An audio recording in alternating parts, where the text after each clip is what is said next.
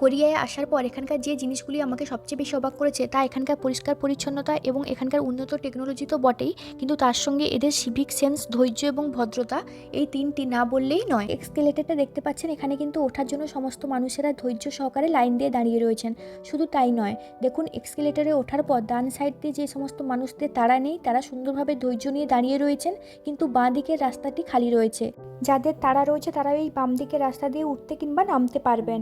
Second ক্লিপটিতে দেখতে পাবেন metro ধরার জন্যও কিন্তু এখানকার মানুষেরা কেমন লাইন দিয়ে দাঁড়িয়ে রয়েছেন। হাজারো ভিড় থাকলেও কিন্তু কেউ কারোর সঙ্গে ধাক্কাধাক্কি করেন না, নিয়ম মেনেই কিন্তু ধৈর্য সহকারে লাইন দিয়ে মেট্রোতে ওঠেন। তাই নয়, জানেন তো, যারা মেট্রো থেকে নামেন তাদের জন্য মাঝখানে একটা রাস্তা খালি করা থাকে, যাতে ধাক্কাধাক্কি না হয় এবং নিয়ম মেনে সবাই মেট্রোতে উঠতে এবং নামতে পারেন। আবার থার্ড ক্লিপটায় দেখুন, এটি একটি রেস্টুরেন্ট, যেখানে অতিরিক্ত ভিড় থাকার কারণে সুন্দরভাবে এখানে ধৈর্য নিয়ে মানুষেরা ওয়েটিং লিস্টে অপেক্ষা করছেন কখন তাদের ডাক আসবে এবং রেস্টুরেন্টের ভেতরে যাবেন। আর এই লাইনটি যে দেখতে পাচ্ছেন, এটি কিন্তু একটা কেকের দোকানের সামনের লাইন। ভাবে এখানে কিন্তু যে কোনো জিনিস কেনার জন্য মানুষেরা ঘন্টার পর ঘন্টা লাইন দিয়ে দাঁড়িয়ে থাকতে পারেন। আর লাস্ট ক্লিপটি দেখেও তো বুঝতে পাচ্ছেন এখানকার মানুষেরা বাস ধরার জন্য কি সুন্দরভাবে লাইন দিয়ে রুলস মেনে ধৈর্য নিয়ে বাসে উঠছেন। আমাদের কাছে হয়তো এই জিনিসগুলি সামান্য ব্যাপার হতে পারে, যা আমরা মনে করি সবসময় মানা সম্ভব নয়, কিন্তু এদের এই সিভিক সেন্স, ধৈর্য এবং ভদ্রতা যা আপনার ধারণাকে একদম পাল্টে দেবে।